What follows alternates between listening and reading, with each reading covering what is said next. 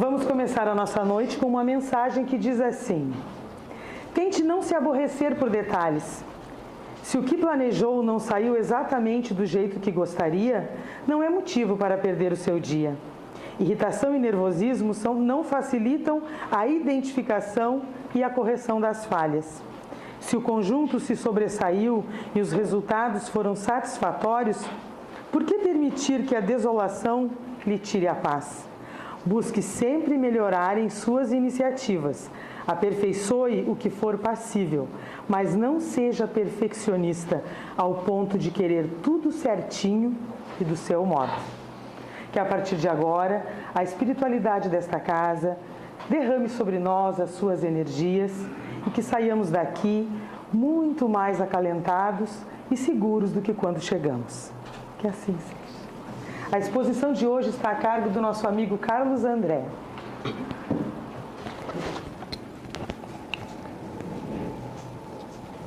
Boa noite a todos. Bem-vindos ao Recanto de Luz.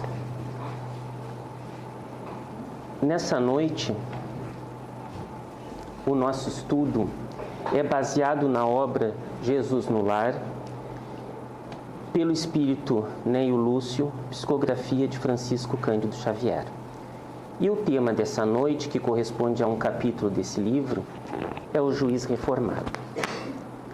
Nessa obra, Jesus no Lar, é relatado o encontro de Jesus com seus apóstolos e seguidores na casa de Pedro, em que muitos assuntos são discutidos, assuntos bastante relevantes. E, através dessa obra, chega até nós o conhecimento que Jesus gostaria de nos passar. Basicamente, o que se busca nessa obra é trazer Jesus aos nossos lares. Mas, hoje, o nosso lar é aqui no Recanto. Então, nós queremos Jesus junto de nós.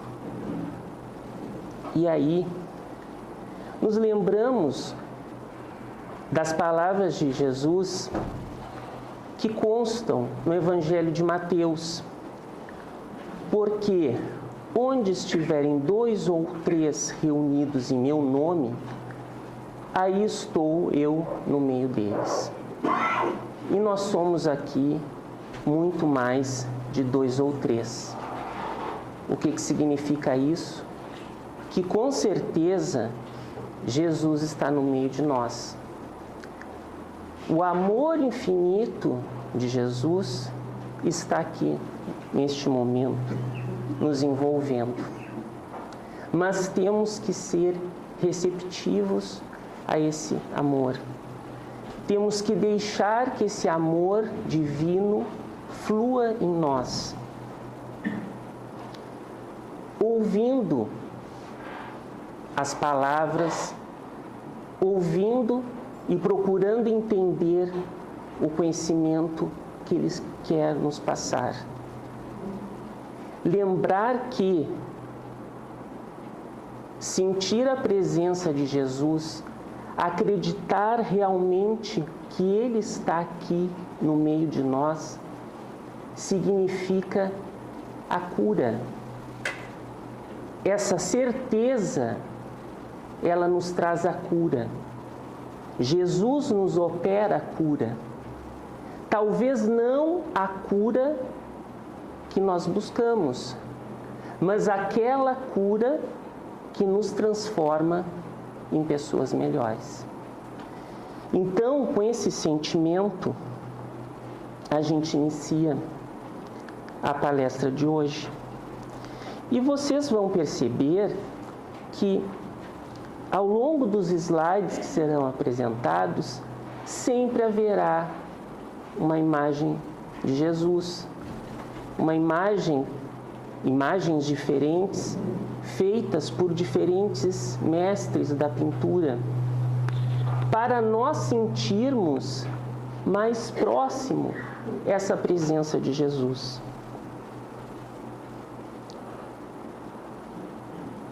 Então, como diz no prefácio da obra Jesus no Lar, o Mestre é o renovador da vida de cada um.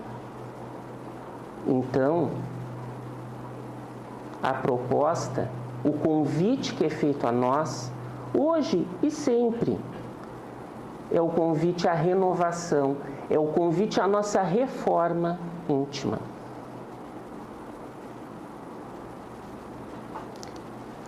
Então vamos ao capítulo dessa obra que nos foi proposto, o Jesus reformado. Então, nesse encontro de Jesus com os apóstolos na casa de Pedro, o assunto naquele momento era a dificuldade de não criticar. Comentava o apóstolo Mateus sobre isso, que era muito difícil não criticar. E o apóstolo André tinha a mesma opinião. E esse, então, era o assunto que se discutia naquele momento. E então Jesus, ali presente, ele interviu, contando aos apóstolos e demais presentes uma história. E essa história, então, é relatada na obra Jesus no Lar.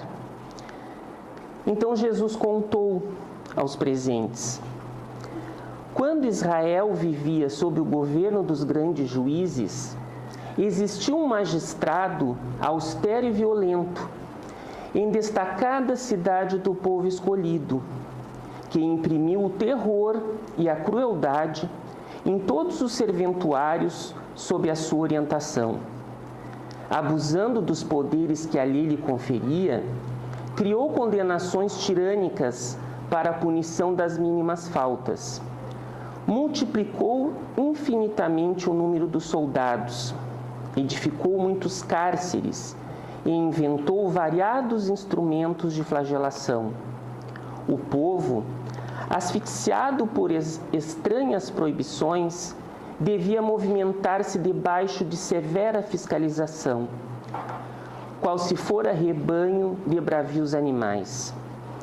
Trabalharia, descansaria e adoraria o Senhor, em horas rigorosamente determinadas pela autoridade, sob pena de sofrer humilhantes castigos nas prisões com pesadas multas de toda espécie. Se bem mandava o juiz, melhor agiam subordinados, cheios de natural malvadez. Assim foi que, certa feita, dirigindo-se o magistrado alta noite à casa de um filho enfermo, foi aprisionado, sem qualquer consideração, por um grupo de guardas bêbados e inconscientes, que o conduziram à escura enxovia que ele mesmo havia inaugurado semanas antes. Não lhe valeram a apresentação do nome e as honrosas insígnias de que se revestia. Tomado por temível ladrão, foi manietado, despojado dos bens que trazia e espancado sem piedade, afirmando os sentinelas que assim procediam, obedecendo às instruções do grande juiz, que era ele próprio.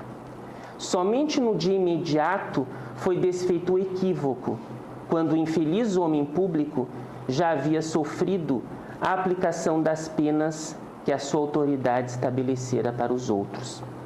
O legislador atribulado reconheceu então que era perigoso transmitir o poder a subalternos brutalizados e ignorantes, percebendo que a justiça construtiva e santificante é aquela que retifica, ajudando e educando na preparação do reinado do amor entre os homens.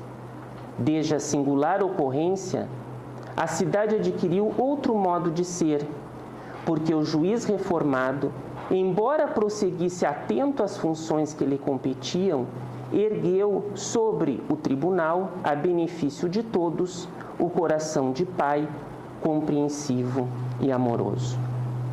Então foi essa a história que Jesus contou naquele momento, mostrando então, resumindo, que um juiz muito rigoroso que governava uma cidade acabou sendo vítima do seu próprio rigor. Mas, sendo vítima do seu próprio rigor, ele acabou se modificando, ele acabou se reformando. Então, o que vamos tratar na noite de hoje? Nós vamos tratar do julgamento. Nós nos deparamos com julgamento frequentemente em nossas vidas, em nossas atividades cotidianas. Julgamos frequentemente e somos julgados frequentemente. Então, isso é uma verdade. Então, esse texto, ele é pertinente, ele é importante. Por quê? Porque frequentemente nós nos deparamos com o julgamento. Frequentemente nós estamos no papel de julgadores ou então no papel de julgados. E na vida atual ainda há um adicional, digamos assim, que é a facilidade hoje que nós temos de julgar, porque principalmente julgamos. Por quê? Porque nós temos à disposição as redes sociais, os grupos virtuais, em que é muito fácil julgar. Julgar em que sentido? Em emitir opiniões sobre os outros. Então, constantemente nós estamos emitindo opiniões, nós estamos criticando, nós estamos repreendendo, nós estamos, então, julgando como juiz da história. E quando se fala em julgamento, a gente lembra de uma outra passagem do Evangelho de Mateus, muito célebre, em que Jesus diz: não julgueis para não serdes julgados, pois sereis julgados conforme houverdes julgado os outros, e aplicar-se-á a vós na mesma medida aquilo que aplicaste contra eles. Então, as primeiras palavras ali, todo mundo conhece: não julgueis para não serdes julgados. E todos nós concordamos: não julgueis para não serdes julgados. Mas, ao mesmo tempo, nós ficamos com uma indagação, porque parece que se nós não julgamos diante de uma situação que não concordamos, nós estamos nos omitindo. Isso nos leva a essa indagação: será que devemos não julgar para não sermos julgados? O que Jesus quis dizer e o que a doutrina espírita nos diz? Como os espíritos eles veem essa afirmativa de Jesus? E o esclarecimento a respeito dessa afirmativa é dado no Evangelho segundo o Espiritismo, que é uma das obras básicas do Espiritismo, no seu capítulo 10, Bem-aventurados os misericordiosos. Então, o que é dito ali no capítulo 10? Inicialmente diz o seguinte: a sentença lançada sobre a conduta do outro pode ter dois motivos: reprimir o mal ou desacreditar a pessoa de quem se critica os atos. Não há desculpa para este último motivo, pois é maledicência e maldade. O primeiro, por outro lado, pode ser louvável e é mesmo um dever em certos casos, pois pode se tornar num bem. E, além disso, sem ele o mal não será jamais reprimido em nossa sociedade. O homem, aliás, não deve ajudar no progresso de seu semelhante. Importa, pois, não tomar este princípio no sentido absoluto. Não julgueis se não quiserdes ser julgados, porquanto a letra mata e o espírito vivifica. Então, os espíritos, eles nos trazem uma interpretação diferente.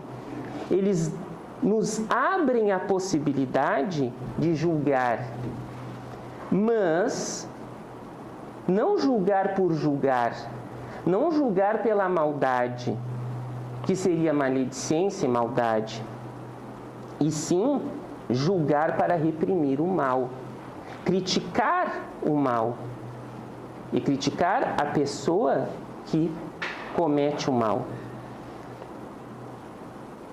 O Espírito, São Luís, neste mesmo capítulo, ele responde a algumas perguntas. Numa primeira pergunta que é feita, ninguém sendo perfeito, significa que ninguém tem o direito de repreender o seu próximo? O Espírito responde: seguramente não, pois cada um de vós deve trabalhar pelo progresso de todos, e sobretudo daqueles cuja tutela vos foi confiada, mas deve-se fazê-la com moderação, com um objetivo útil, e não como se faz na maior parte do tempo, pelo simples prazer de denegrir.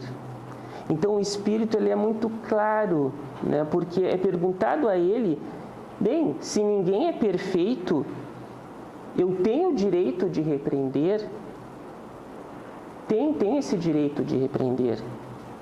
Mas quando há um objetivo útil, quando é para o bem daquele e não para denegrir, que é o que costumamos fazer. Criticamos por criticar, acusamos por acusar, e não para ajudar. E o Espírito de São Luís, ele segue. Neste último caso, ou seja, quando o objetivo é denegrir, a repreensão é uma maldade. No primeiro é um dever, que a caridade ordena que seja cumprido com todo o cuidado possível. E ainda, a repreensão que se faz ao outro deve, ao mesmo tempo, ser dirigida a si mesmo e verificando se não a merecemos. Então, de novo, o Espírito ele é muito claro. Então, se nós reprimimos para denegrir, para prejudicar, é maldade. Agora, se é com objetivo útil, se é para ajudar, é um dever, é caridade, mas deve ser feito com cuidado. E nós temos sempre que pensar, né, em que quando fazemos uma repreensão a alguém, se nós temos condição de repreender, se nós não estamos cometendo, na verdade, os mesmos erros que queremos repreender nos outros. O Espírito deixa isso muito claro. E ele segue, respondendo uma outra pergunta. É repreensível observar as imperfeições dos outros quando não resultará em nenhum proveito para eles, mesmo que não divulguemos? E o Espírito responde: tudo depende da intenção. Certamente não é proibido ver o mal quando o mal existe. O erro está em utilizar esta observação em detrimento do próximo, denegrindo sem necessidade. Seria igualmente repreensivo fazê-lo apenas satisfazer a si mesmo, com um sentimento de maldade e de satisfação de apanhar os outros em falta. Então, isso também é muito comum, né? Acusar, mostrar o defeito do outro por satisfação em apanhar os outros em falta. Então, o Espírito nos alerta a isso. Então, com essas palavras encontradas no Evangelho segundo o Espiritismo, a gente observa que aquelas palavras de Jesus, não julgueis para não ser de julgado, ela tem que ser interpretada com cuidado, porque, na verdade, em alguns momentos é necessário a gente colocar uma posição, a gente mostrar o que a gente pensa, a gente fazer uma crítica, mas pensando no bem, aquela crítica que a gente chama de crítica construtiva, e não para prejudicar ou simplesmente mostrar o defeito aos outros. E o que encontramos no Evangelho, observamos que vai ao encontro do que é dito no livro Jesus no Lar. Porque o espírito Nélio Lúcio, ele diz, no final da história que é narrada, que a justiça construtiva e santificante é aquela que retifica ajudando e educando. Então, aquele juiz que passou por aquela situação, ele continuou sendo juiz. Ele continuou exercendo a sua função, como diz claramente na história. Ele continuou, ou seja, ele continua julgando, mas julgando de forma diferente. Julgar para ajudar e para educar. Então, vai bem ao encontro do que é encontrado no Evangelho segundo o Espiritismo. E ainda ele fala o seguinte, né? Que o juiz ergueu sobre o tribunal, a benefício de todos, o coração de pai compreensível e amoroso. Então, criticar não é incompatível com ser compreensivo e amoroso. A gente pode criticar as falhas, mas sendo compreensivo e amoroso. Quando a gente quer, a gente pode fazer isso e não criticar por criticar.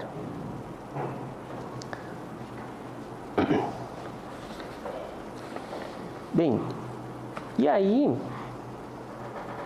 nos propomos a uma reflexão. Dito isto, nos propomos a uma reflexão. As ações que nós temos na nossa vida em relação a isso. Porque, como foi dito ali anteriormente, nós frequentemente estamos julgando e sendo julgados.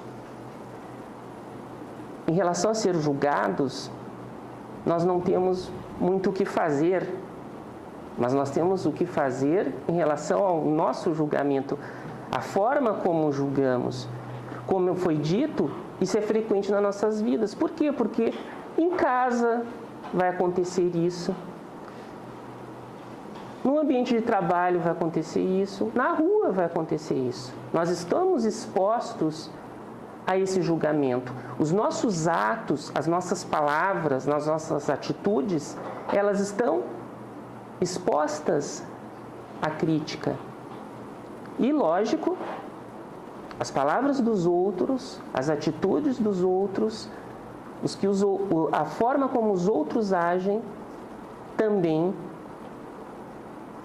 estão expostas. Nós estamos prontos sempre para julgar. Então, é proposta uma reflexão sobre essa nossa atitude em relação ao julgar os outros. O que incita os meus julgamentos? Qual a intenção das minhas reprimendas? Porque nós temos que admitir que nós julgamos frequentemente, que nós criticamos frequentemente, porque é do ser humano, nós somos imperfeitos, então nós fazemos isso. Agora, o que incita esses julgamentos? Qual é a intenção das reprimendas aos outros, a repreensão aos outros? É ajudar? Então vamos pensar na nossa vida e na nossa relação com os outros e nas situações em que nos colocamos como juízes. Nós estamos querendo ajudar, nós estamos querendo educar aquele que nós estamos julgando, criticando, é para o bem dele. A nossa intenção é ser caridoso de fato. Nós estamos sendo amorosos com essa crítica, com essa repreensão.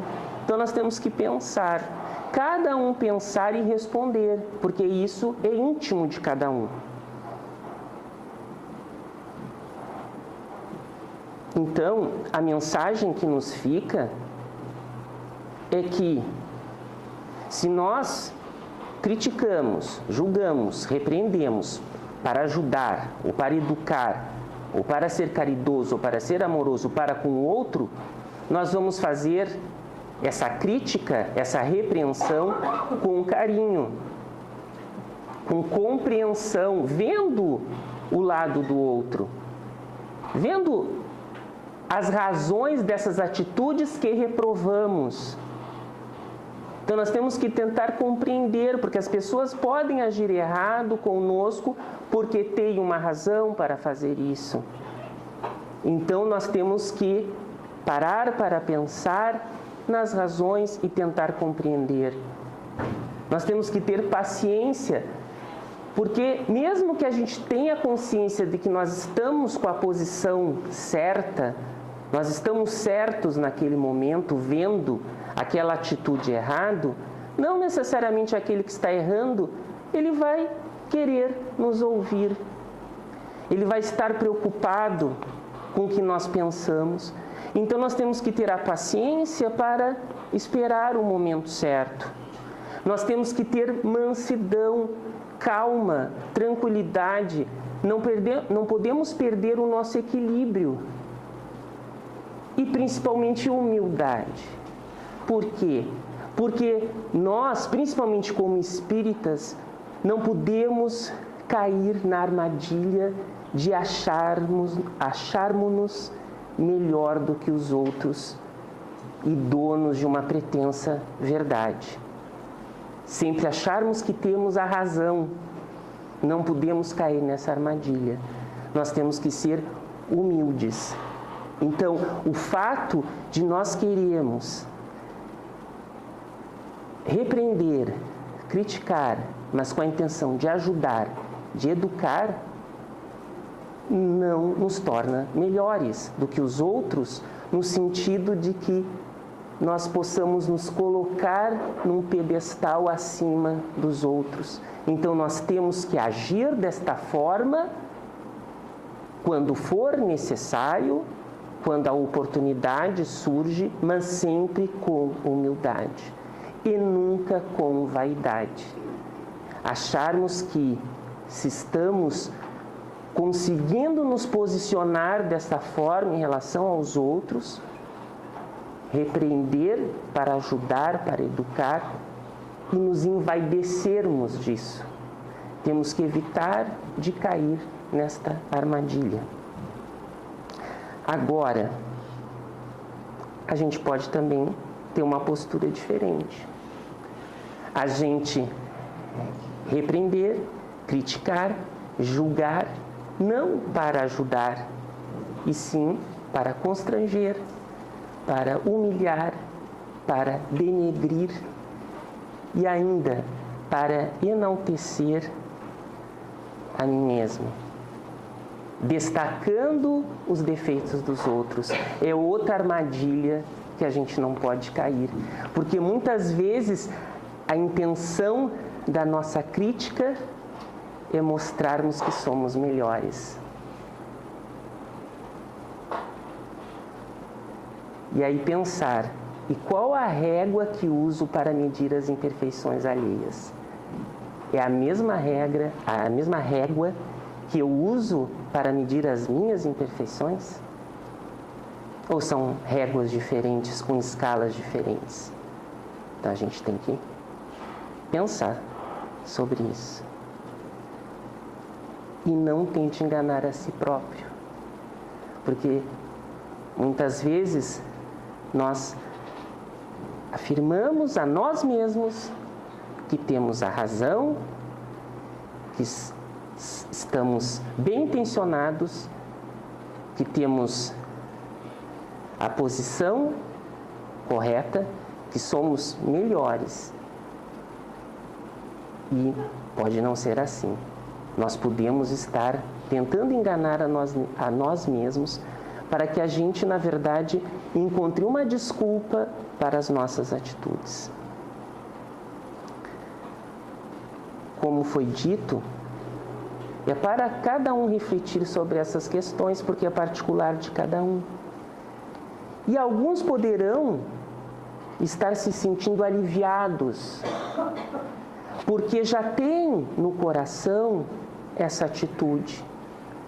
Mas alguns podem se sentir com o coração um pouco apertado, porque pode estar percebendo que está se colocando de maneira errada em relação ao criticar e repreender os outros. Mas se esse sentimento está presente, não é para se entristecer, porque como foi colocado lá no início, Jesus sempre está dando a nós um convite à renovação e à reforma. E se o nosso coração ele é tocado por essas palavras, e a gente por um instante, a gente pensa que pode estar agindo errado com alguns, agindo daquela forma errada como foi indicada com alguns, se por um instante a gente tem esse pensamento, é que a gente já está aceitando esse convite a essa renovação, a essa reforma íntima. É tudo uma questão de tempo e uma questão de perseverança. Nós temos sempre que perseverar, porque a mudança interna é difícil, a mudança dos nossos paradigmas é difícil. Mas a gente tem que sempre caminhar em frente com a certeza que Jesus está junto de nós e que vai sempre estar presente nessa caminhada de crescimento espiritual. Que a paz de Jesus fique no coração de todos. Uma boa noite a todos.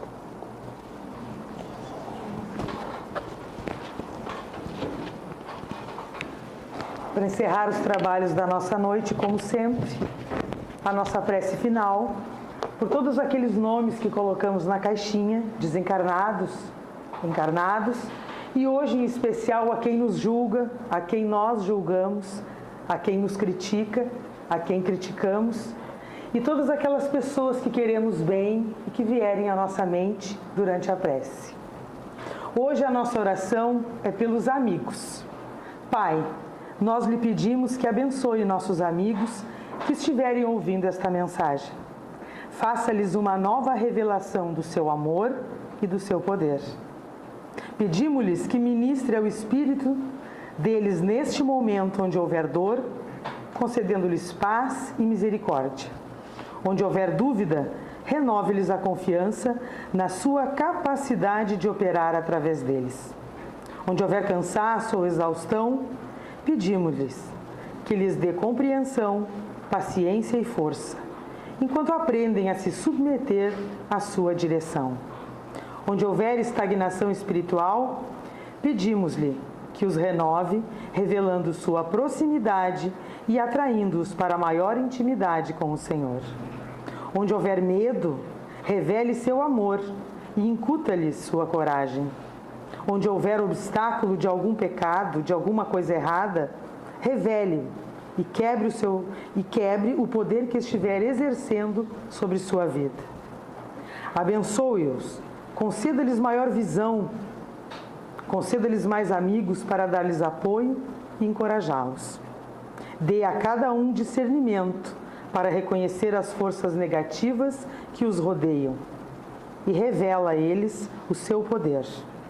Abençoa-nos, Senhor, hoje e sempre.